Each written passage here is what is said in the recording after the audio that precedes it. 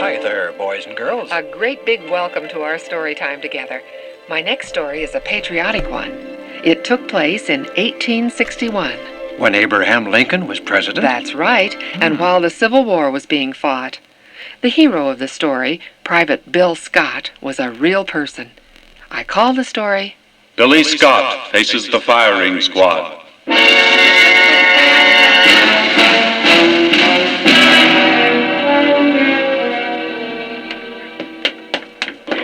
Now, here he is. Now, calm down, Tim. Calm down, soldier. Now, tell us what happened. Tell us exactly what happened. Now, tell us exactly what happened.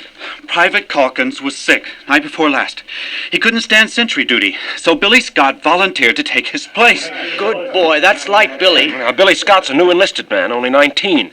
Out here on the battlefront only 3 weeks, but he's one of the finest Vermont Green Mountain boys they've got over there in Company K. But... Well, what is it, Tim? You're white as a sheet. Poor Billy had to stand sentry duty himself after he spotted Calkins. 2 nights in a row? Yes, and Billy fell asleep. Fell asleep on guard duty. Why, that means they're going to shoot him.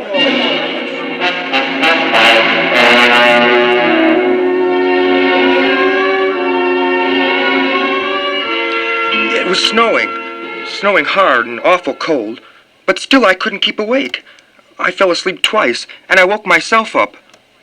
I know it's wrong for a sentry to go to sleep, but I'd never been awake all night, even one night before, and this was 2. Back on our farm in Vermont, we all went to bed at 9 o'clock, 8:30 in the winter. My relief says that when he came on duty, he found me standing up against a post, still holding my rifle, but fast asleep. I'm sorry. I want to be a good soldier. That's why I enlisted. My mom and dad and my brother, little Harry, they know I want to help the Union cause.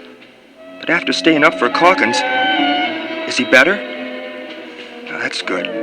After staying up for Calkins, I could no more stay awake than I can spread wings and like a bird and fly.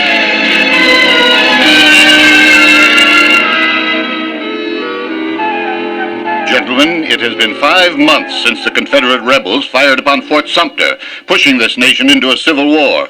Lincoln's call for 75,000 men to form a volunteer Union army has been supplied 3 and 4 times over. But they're beating us. We've got 22 states to their 11. We've got more soldiers, more money, more people, more war supplies.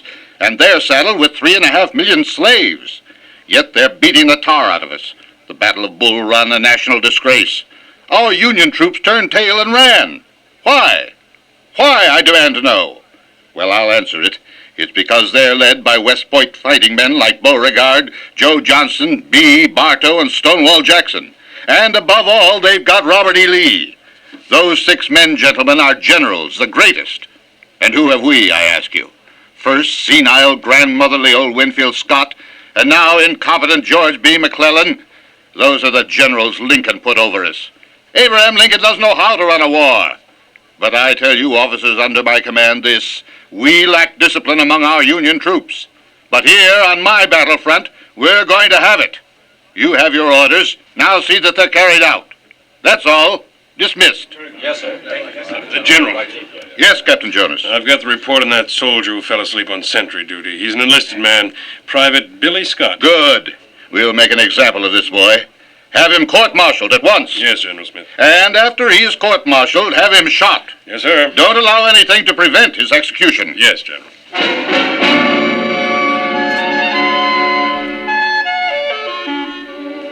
I know only one man who can save Billy. Secretary of War Stanton. We'll get passes. We'll leave tomorrow morning at daybreak. We should reach Washington at least by 9 a.m. If we speak to Secretary Chittenden in the Treasury Department, he'll introduce us to Secretary Stanton.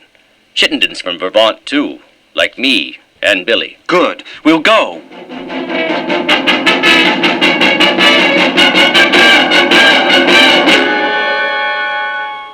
Yes, I'm a Vermonter, boys. And I know that Billy Scott, if he's a Green Mountain boy, isn't a coward. He mustn't die. But Secretary Stanton doesn't arrive at his office until late, and there simply isn't time. If Billy's going to be sent to the firing squad, as you say, tomorrow morning at 6 o'clock, there's only one man who can save him. But fortunately, he's the best, kindest man in this whole nation. Come with me.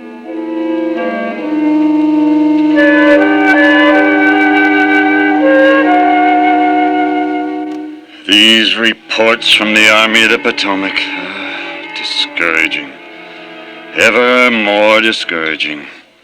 We cannot win this war if things continue in this manner. Come in. Secretary Chittenden and the soldiers he spoke of, they're here to see you, Mr. President. Oh, yes, show them in.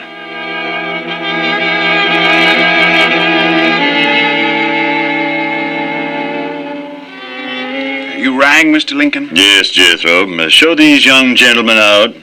Mr. Chittenden will remain. After he and I have talked, we shall let them know our decision. Yes, sir. This way, gentlemen. Goodbye, sir. Thank you, sir. Well, Chittenden, what can I do? As you know, I haven't much influence with the departments. Both the generals in the Army and the admirals in the Navy, as well, are convinced that I am the worst president in the history of the country. They say I don't know how to run a war. And my wife, of course, says I don't know how to run the nation. That about completes it. Yes, sir. That is, That's all right, Chittenden. I know what you mean. At least a few people believe in me. General Smith, however, is not among them. You're asking me to interfere in his discipline, countermand his orders, and save Billy Scott's life. General Smith will be furious. How can we avoid his wrath? It's useless, sir, to appeal to General Smith. And time is short. We cannot afford to waste it. Only 19 hours. No, we can't. Yet I cannot issue an outright pardon, not without hearing testimony in the case, and there isn't time for new testimony. Suspend it. Issue an order suspending Billy's execution until we can get new testimony. You don't know these high-ranking officers in the regular army, Chittenden. They would conveniently ignore an order suspending the execution, even pretend they'd never seen it, despite the fact I handed it to them. They're a law unto themselves.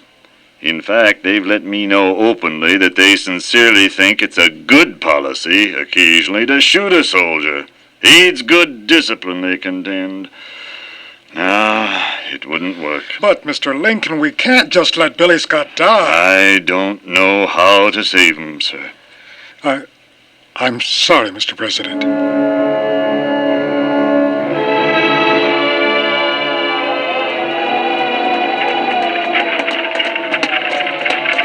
It's your carriage, Mr. President. Thank you, Jethro. Take this lap robe, sir. The snows are heavy, Mr. President. It's bitterly cold. Thank you. Giddy up. Perhaps my generals are correct when they say I don't know how to fight a war. I interfere in their discipline too much, they say. But there's some things the President of the United States ought to see to himself. And a boy's life is one of them. I'm off now to the Army of the Potomac. Right out to the battlefront. I should arrive about 3 a.m. But how can I save him?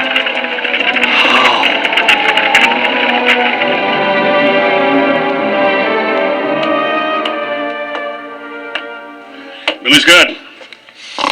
Billy Scott, wake up, Billy Scott. Wake up. Huh? Private Scott. What? It's 4 a.m., Scott. 4 a.m.? Yes. Oh, 2 hours to go. I wish you hadn't awakened me. It would have been easier if you'd let me sleep until time for the firing squad, son? Yes. I see. Who are you? I can't see anything out there. It's so dark out there. And pitch black in here in this cell. Captain Jonas? Is that you in the cell block sentries? Yes, Billy. Who's the other man with you? The one with the deep voice? It's someone to see you, Billy. Don't want to see anybody. Not anybody except Mom or Dad or little Harry. Billy. Yes? Do you want to talk to him? Now, these are your last moments. You don't have to talk to anybody, not if you don't want to. Do I know you? No, you don't know me, Billy. But all the same, I'd like to talk with you. I've come a long way to see you, and it's a cold, windy night. If you're a preacher, I've made my peace already with the Lord. No, I'm not a preacher, Billy. It's funny. You can live 19 years and nobody pays any attention to you. But just get sentenced to be shot and everybody wants to see you. You're like a circus and a sideshow. Won't you spare me a little time, son? Well, that's funny. I don't have any time to spare today. But, sure, why not? Please come in. Open the cell, Corporal.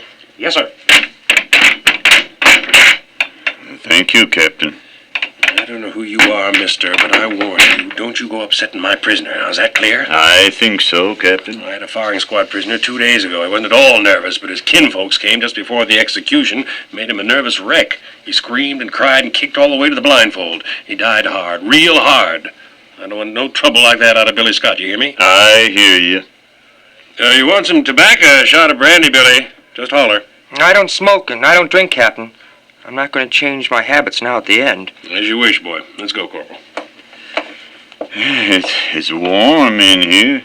Yes, that's one nice thing you can say about being in jail. Won't you sit down, Mr. Abraham. My name is Abraham. Mr. Abraham, there's a chair right there. Careful you don't stumble. It's pretty dark here at night. They won't allow me to have a kerosene lamp. Oh, why not? Got to conserve supplies. The war, you know. Ah, yes, the Mr. Lincoln's War. Isn't that what they call it? Yes. But it isn't right to call it that. Oh, why not? Mr. Lincoln doesn't like the war. Robert E. Lee and the Confederates don't like the war either, for that matter, I guess. Nobody does. Then why are you a soldier? That's my duty, sir. Your duty? To go out and kill other men? I guess I hadn't reckoned on killing anybody. But as the Bible says, proclaim liberty to the captives.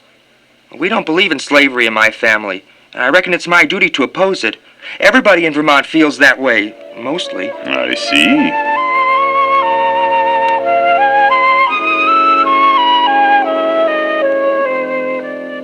Sir, how did you learn about me? Oh, it doesn't matter, does it?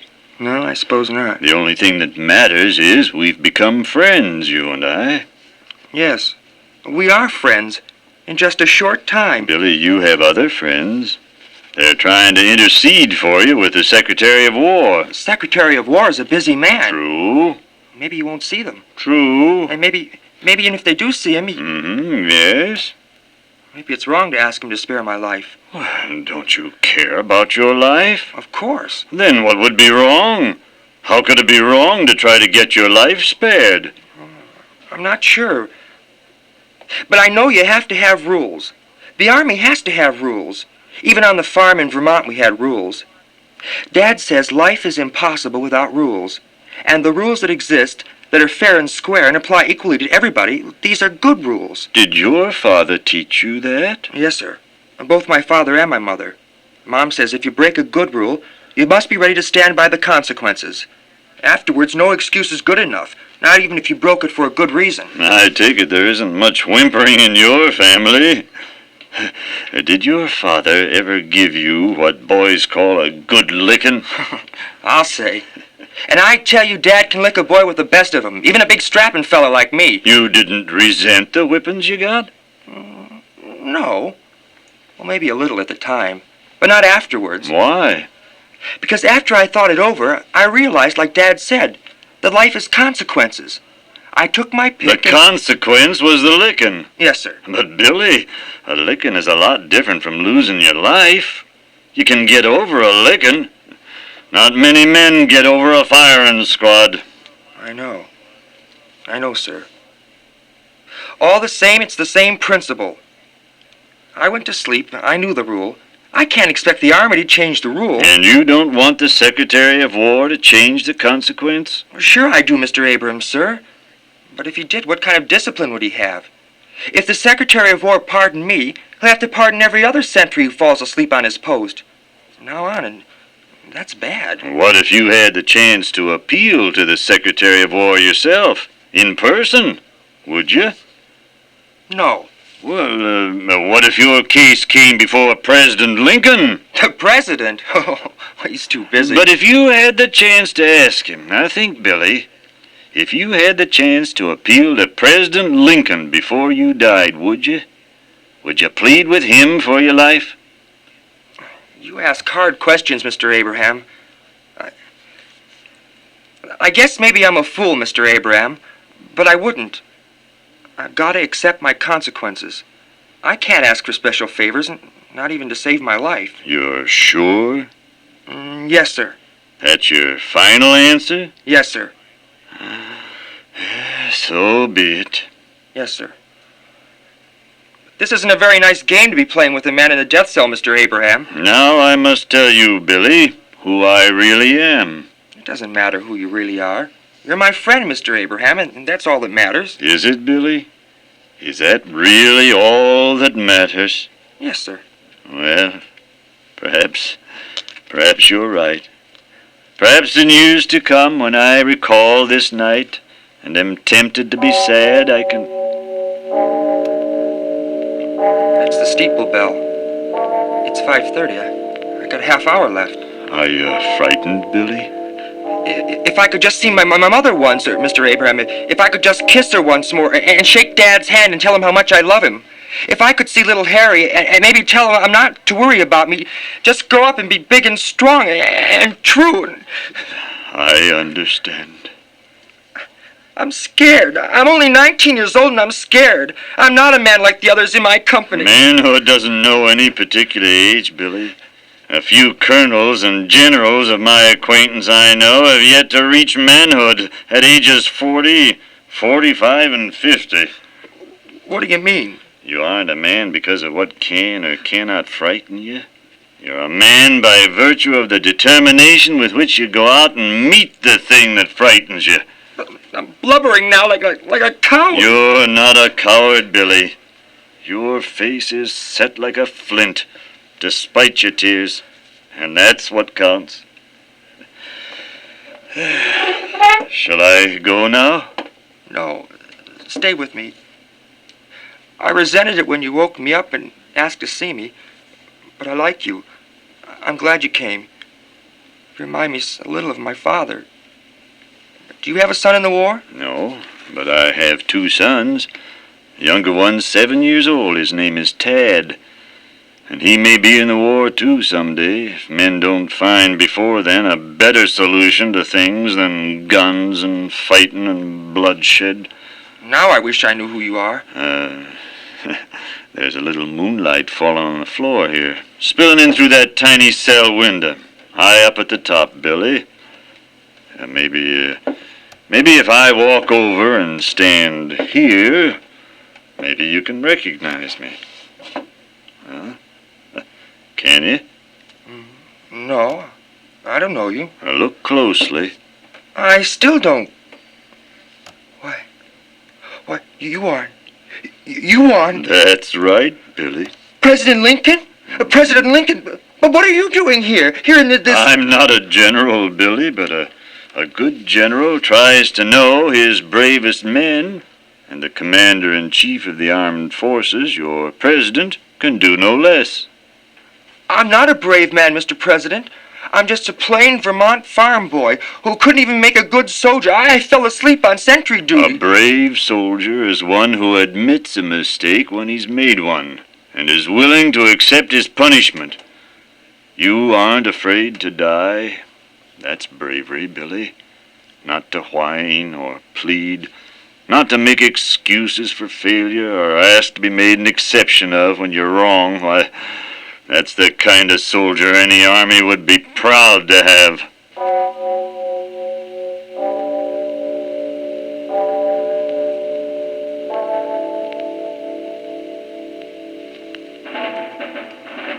They're coming. Yes, son. They're coming. I know. Will you go out there with me, Mr. President? Will you go out there with me? Billy, son. I know I can face them. Look straight down those rifle barrels if you're there. If my president's there, sir, I'm not going to let them blindfold me. I won't. I'm going to stand up straight and tall and brave like my dad himself would. And maybe, sir... Yes, my son? You'll see me, and maybe if it isn't too much to ask, sir, afterwards, after it's all over, maybe you'll tell somebody on your staff to write to my dad and little Harry a letter and tell him how he died. Like a man, Mr. Lincoln, not scared or crying or whimpering, but like a man. Certainly, Billy. I'll go with you, and... Billy Scott? Yes? Time to go, Billy. I'm ready, Captain Jonas. Open the cell doors, Corporal. Yes, sir. And all right, bring him out and hold him tight so he can't make a break for it. Here he is, Captain. Ready to die, boy? I'm ready, Captain. Good. All right, stranger. I'm going to show you out. You can be on your way. Captain, Billy has requested that I be allowed to accompany him to his death. He needs a friend during these last moments. No. He's a fine boy. I think I it said would... no. And when I say no, that's final. Now, you follow me out, mister, and don't waste any more of my time. Captain, Yes, boy? maybe you don't know who you're talking to. I don't care. He can be one of those meddling congressmen from Washington for all I care. But if you don't want me to throw him out, he'd best get moving. Now, you men hustle Billy Scott along. General Smith says he's got to be shot, and it's going to be done right. Now, get, mister. You hold your tongue. Why, boy, have you lost your mind? Just because you're going to die, you think you can sass me? Huh? You're talking to the President of the United States, Captain Jonas. Hold him up here, Corporal. Up. Who did you say? My friend is Mr. Lincoln, our president. Lincoln? Yes, Captain Jonas. My name is Abraham Lincoln. I knew it. I knew I'd Hold that lantern higher. Hold it up, Corporal. Wait, why, it is. I tried to tell you, Captain Jonas, sir. Mr. President. He didn't mean it, sir. Captain Jonas didn't mean it. The harsh way he spoke. He just didn't recognize you. The same way I didn't until you let me see your face. I know, Billy. Mr. President, I'm sorry. Let's forget it, Captain. If the president says he's willing to go out there to the parade grounds with me, I guess you have to let him, don't you, Captain Jonas? I'm sure the captain won't object, Billy. Will you, Captain? Oh, no, sir. Then suppose you lead the way promptly, Captain Jonas. As we know, both you and I, General Smith will be extremely annoyed if this boy, Billy Scott, doesn't die exactly at 6 o'clock. On time. In shot. All right. Hush!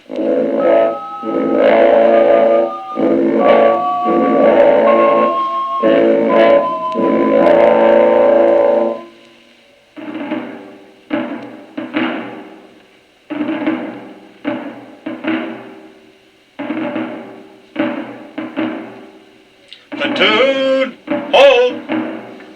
Ready. Aim. Fire!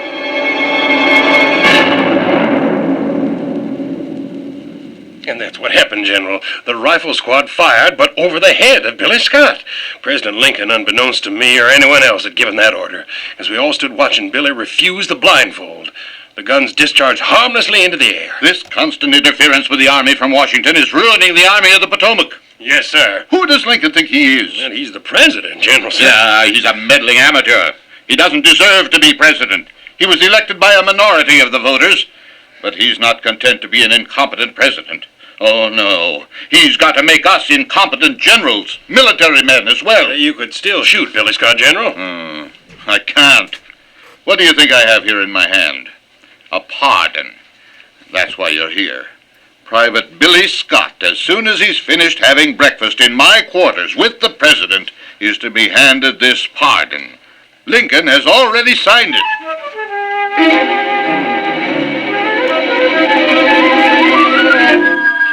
Hey, tell us again, Billy. Hey, tell us again exactly what happened.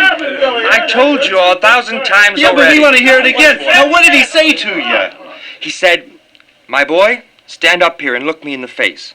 So I did. "My boy," he said, "your life is spared. I myself am going to take the blame. I'm going to trust you and send you back to your regiment. But I've been put through a great deal of trouble on your account. I've had to come up here from Washington, and I had a great deal to do. What I want to know is, how are you going to pay my bill?" Oh, there was a big lump in my throat. I could scarcely speak. I had expected to die, you see, and got kind of used to that way of thinking. But I managed to tell him that I would pay anything, any amount of money he asked. I would work. I would save, and maybe my folks would sell their farm. And if that weren't enough, maybe I could even borrow something from my regiment buddies. I would pay it, somehow. And then Mr. Lincoln put his hands on my shoulder and looked in my face as if he was greatly sad. And he said, "My boy, my bill is a large one. Your friends cannot pay it, nor your savings, nor the farm, nor all your comrades. There's only one man in the world who can pay it, and his name is William Scott. If from this day William Scott does his duty, so that if I am there when he comes to die, he can look me in the face as he does now and say, I have kept my promise, and I have done my duty as a soldier. Then my debt will be paid. Will you make that promise? And try to keep it? I said I would make the promise, and with God's help I would keep it. I could not say any more. I wanted to tell him how hard I would try to do all he wanted. But the words would not come. And then what happened, Billy? So I had to let it all go unsaid. So he went away. Out of my sight forever.